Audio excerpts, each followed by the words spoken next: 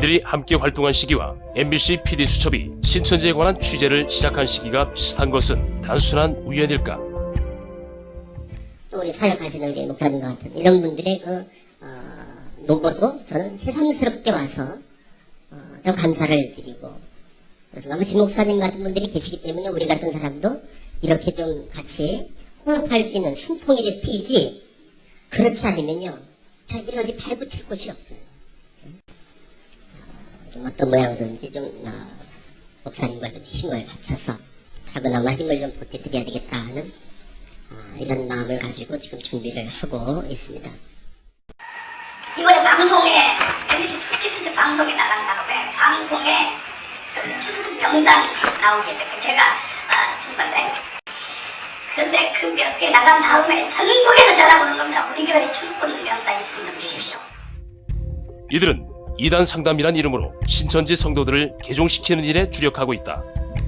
실제로 PD 수첩 방영 이후 현재까지 약 1년간의 피해 사례는 157명으로 지난 약 6년간의 피해 사례 115명보다도 훨씬 높은 수치다. 이들이 이렇게 신천지 죽이기에 열을 올리며 거짓을 제보한 이유는 무엇일까? 그 개종 목사가 그 일을 개종교육을 시작한 그 일에 대해서 듣게 된 게, 그 몇 해 전에 그 당시에 그 개종 목사의 교회에 출석하던 성도 중에 한 명이 교회를 신천지 교회로 옮겼대요. 그 사건 이후로 자기 교인을 성도들을 빼간다는 이유로 개종교육을 시행을 하게 되었다고 들었습니다. 또 심지어는 이제 저희 부모님에게 그 개종교육 상담비를 사전에 30만 원 정도를 요구했다는 것조차 제가 들었거든요. 그 금액은 얼마나 가지고 올라가면 돼, 제가? 저기 등록비가 있어요. 예, 그것이 얼마 정도인가요? 그때 등록비는 50만 원이에요. 50만 원이고요. 그쪽 데려가려고 안 가려고 그러는데. 그럼 나도 가격 가격을 예. 이렇게 받아야 되거든요. 그냥 햇빛에서 가져가서 그렇게 상관 안 받아요. 그만 가볼 건데, 그럼 어떻게 해요, 그 놈을? 그 부분들을 저희가 가족 상담할 때나 예. 잘 하셔야 되는지 물어보시면 돼요. 아. 들어와야 되는지. 그러니까 가족 상담이 필요한 거예요. 상담하기까지 가족들이 어떻게 대처를 해야 되는지 그걸 아셔야 되기 때문에. 그래서 아버지께서 말씀하신 것이, 내가 얼마나 개종교육을 받으려고 2-3달 동안 얼마나 노력을 했고 또한 돈을 많이 썼다라고 말씀하시면서 주머니에서 노끈을 꺼내시는 거예요. 갑자기 제 손목을 딱 끌어당기시고 아버지 그 허벅지를 같이 꽁꽁 묶으시는 거예요. 그러면서 무섭게 저에게 뺨을 돌려대라, 뺨을 대라. 어느 순간 맞다 보니까 제 모습을 봤는데 너무 놀랐어요. 제 얼굴이 한쪽이, 오른쪽 눈이 완전히 다 감겨있고 여기까지 피멍이 들어있는 거예요. 게다가 코는 퉁퉁 부어있고 입은 이렇게 돌아갔습니다. 중간에 제가 화장실을 가고 싶었는데 화장실을 가겠다, 세워달라라고 말씀을 드렸는데 어머니가 너가 이렇게 하는 거는 개종교육 목사가 하는 말이 탈출하려고 그러더라. 봉지를 준비하라고 그렇게 말을 하더라. 그러면서 봉지를 툭 던지시는 겁니다. 아무리 그래도 가족이라 할지라도 거기서 진짜 해결을 한다라는 것은, 이것은 정말 인권 모독이 아니고서는 도저히 있을 수 없는 일 아니겠습니까? 개종교육을 어떻게 받게 되셨나요? 5-6명의 그 힘센 남자들에 의해서 강제로 끌려서 이제 차에 타게 되었고, 개종교육 장소까지도 감시를 받으면서 가게 되었습니다. 개종교육 장소에 도착을 했을 때도 제가 개종교육을 받지 않겠다고 거부를 하자 제가 도망칠 것을 우려해서 옷이나 핸드폰 또 소지품 등을 빼앗긴 상태였고,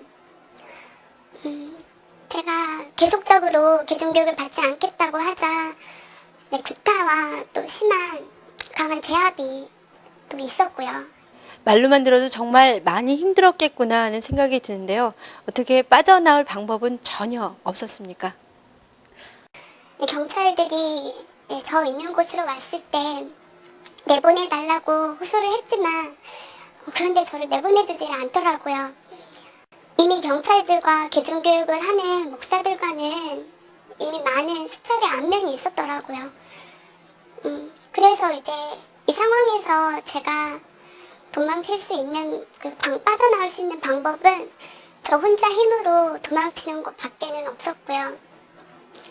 제가 도망을 쳐서 나온 후에 저는 학교나 다시 집으로 갈 수는 없었습니다. 만약 제가 다시 집으로 갔다면 또다시 개종교육을 받아야 했거나 심지어는 정신병원에 갔기 때문에 너무나도 무섭고 또 두려웠기 때문에 집으로는 갈 수가 없었어요. 네, 개종교육 중에 정신병원에 감금된 적이 있다고 하던데요. 네. 정신질환이 있었던 건가요? 아니요. 정신적으로 질환이 있어서 제가 정신병원에 입원을 한 게 아니라 그 개종교육을 받지 않는다라는 그런 표현 때문에 제가 강제로 정신병원에 입원하게 된 거예요. 그러니까 한 4시간 정도를 그곳 사람들과 계속 씨름을 했던 것 같아요. 그러니까 몸도 너무 많이 지치고 정신적으로도 너무 많이 좀 피곤해 있었고, 그래서 제가 앉아있던 의자에서 쓰러졌어요. 저런 식으로는 도저히 상담이 진행되지가 않겠다라고 하면서 부모님을 따로 부르시더니, 그리고 난 다음에 제가 바로 정신병원으로 후송이 되었어요. 그러고 나서 전혀 이상이 없으니까 그 병원장의